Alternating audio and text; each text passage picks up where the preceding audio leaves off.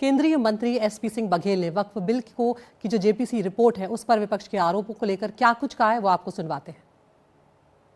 मेरे साथ केंद्रीय मंत्री एसपी सिंह बघेल हैं। हंगामा हुआ है लोकसभा और राज्यसभा में जो जेपीसी की रिपोर्ट है वक्फ बिल को लेकर, और ये आरोप विपक्ष की तरफ से लगाया गया है कि हमने जो डिसेंट नोट दिया उसको हटा दिया गया है, उसका एक हिस्से को रिपोर्ट से।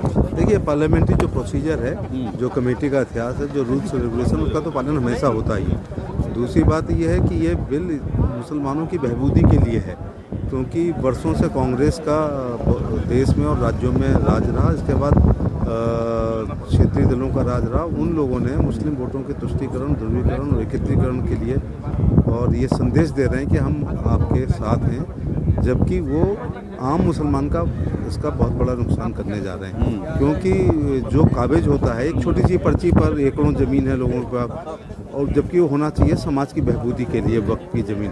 तो जब ये वहाँ से अतिक्रमण हटेगा या रिलीज़ होगी तो ये आम मुस्लिम के शिक्षा, चिकित्सा, उनके विकास, उनकी ट्रेनिंग, प्रशिक्षण इत्यादि के लिए, और मुस्लिम महिलाओं को भी उसमें भागीदारी रहेगी, जो कहीं देखने को नहीं मिली। जी, तो आपको लगता है कि ये जेपीसी की रिपोर्ट को लेके कुछ सांसदों ने लोकसभा स्पीकर से भी मुलाकात की, ओवैसी ने ये कहा है कि हमने कहा कि कुछ रिडैक्ट कर दिया गया हमारे पोर्शंस को, फिर मीटिंग भी हुई अधिकारियों के साथ इस एश्योरेंस के साथ कि उनकी बातों को ज़्यादा से ज़्यादा शामिल किया जाएगा। जो पार्लियामेंट कमेटी होती है वो एक मिनी पार्लियामेंट होती है, तो उनके भी रूल्स रेगुलेशन कमेटी के बने हुए हैं, रिपोर्ट्स के भी।